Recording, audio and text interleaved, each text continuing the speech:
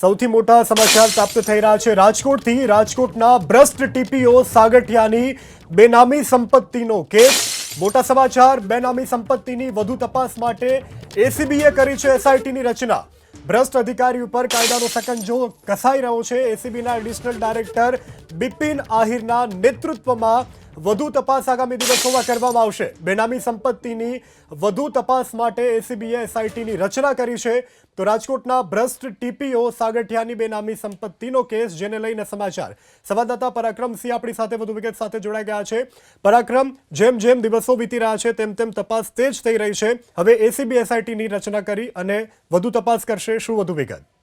ચોક્કસ જે એસીબીના અધિકારીઓ દ્વારા અત્યાર સુધીમાં જે ટાઉન પ્લાનિંગ અધિકારી છે મનસુખ સાગઠિયા, તેની 28 કરોડ રૂપિયા કરતા વધારેની સંપત્તિ જે અલગ અલગ જગ્યાઓ પરથી મળી છે, સાથે સાથે તેમની જે મિલકતો પણ જે મોટા પ્રમાણમાં મળી છે। હવે એસીબીના જે અધિકારીઓ છે તેમના દ્વારા જે સીટની રચના કરવામાં આવી છે અને એસીબી દ્વારા જે તપાસ ચાલી રહી છે તેને લઈને સીટની રચના જે છે તે કરવામાં આવી છે। એસીબીના એડિશનલ ડાયરેક્ટર બિપિન આહિરના નેતૃત્વમાં આ સીટની રચના કરવામાં આવી હોવાની હકીકત સામે આવી છે।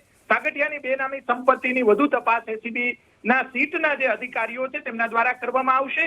સાગઠિયાના ભાગીદારો, મિત્રો અને તેની સાથે આ સંપત્તિ ભેગી કરવામાં કોણ કોણ જોડાયેલા હતા, સાથે સાથે ક્યાંથી સંપત્તિ આવી હતી, બેંક ડિટેલ, આ તમામ જે બાબતો છે તેમની તપાસ કરવામાં આવશે। કેમ કે સૌથી વધારે જો સંપત્તિ અત્યાર સુધીમાં નીકળી હોય, ટીઆરપી ગેમ ઝોન અગ્નિકાંડને લઈને એક બાદ એક તપાસ એજન્સીઓ છે તેમના દ્વારા જે કાર્યવાહી કરવામાં આવી, એસીબી દ્વારા કડક હાથે કાર્યવાહી કરવામાં આવી છે અને મોટા પ્રમાણમાં જે બેનામી વ્યવહારો જે છે તે બહાર આવ્યા છે તેને લઈને એસીબીના જે અધિકારીઓ છે તેમના દ્વારા સીટની રચના કરવામાં આવી છે। આગામી દિવસોની અંદર હજી પણ મોટા પ્રમાણમાં મનસુખ સાગઠિયાની સંપત્તિ બહાર આવશે। સાથે સાથે આટલી જે સંપત્તિ બહાર આવી છે તે ક્યાંથી આવી છે, કોની પાસેથી, કયા કયા બિલ્ડર, કયા કયા આર્કિટેક્ટ, કયા કયા મોટા માથાઓ છે, તેમની સાથે કોણ કોણ જોડાયેલા હતા, તે તમામ બાબતે ઝીણવટભરી તપાસ આ સીટ દ્વારા કરવામાં આવશે અને આગામી દિવસોની અંદર પણ સાગઠિયાની વધારે સંપત્તિ નીકળે અથવા તો બેંક ડિટેલના આધારે પણ આ સીટના અધિકારીઓ અને એસીબીના અધિકારીઓ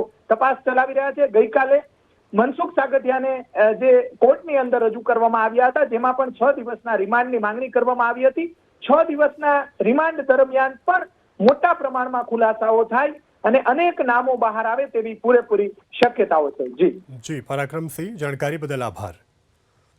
તો રાજકોટના ભ્રષ્ટ ટીપીઓ સાગઠિયાની બેનામી સંપત્તિનો કેસ હવે એસીબીના એડિશનલ ડાયરેક્ટર બિપિન આહિરના નેતૃત્વમાં એસઆઈટીની રચના કરવામાં આવશે અને એસીબી આ એસઆઈટીની રચના કરશે। એસઆઈટીની રચના બાદ અનેક બેનામી વ્યવહારો વગેરેની વિગતો પણ મળી આવશે। આખિરકાર આટલી તોતિંગ સંપત્તિ ક્યાંથી આવી, કોના હાથ નીચે સાગઠિયાએ આટલી સંપત્તિ બનાવી, તે અંગે પણ તપાસ કરવામાં આવશે। રાજકોટ ટીઆરપી ગેમ ઝોન અગ્નિકાંડ બાદ આ સાગઠિયા કે જેની મુશ્કેલીમાં વધારો થયો છે, બેનામી સંપત્તિ જે એકત્રિત કરી હતી તે ક્યાંથી આવી, તેની માથે કોનો હાથ હતો, તે અંગે તપાસ કરવામાં આવશે। અનેક એવી સંપત્તિઓ મળી આવી છે। 70,000નો પગારદાર આ સાગઠિયા કે જેની પાસે કરોડોની બેનામી સંપત્તિ હતી, 22 કિલો સોનું પણ સાગઠિયાની ઓફિસમાંથી જપ્ત કરવામાં આવ્યું હતું।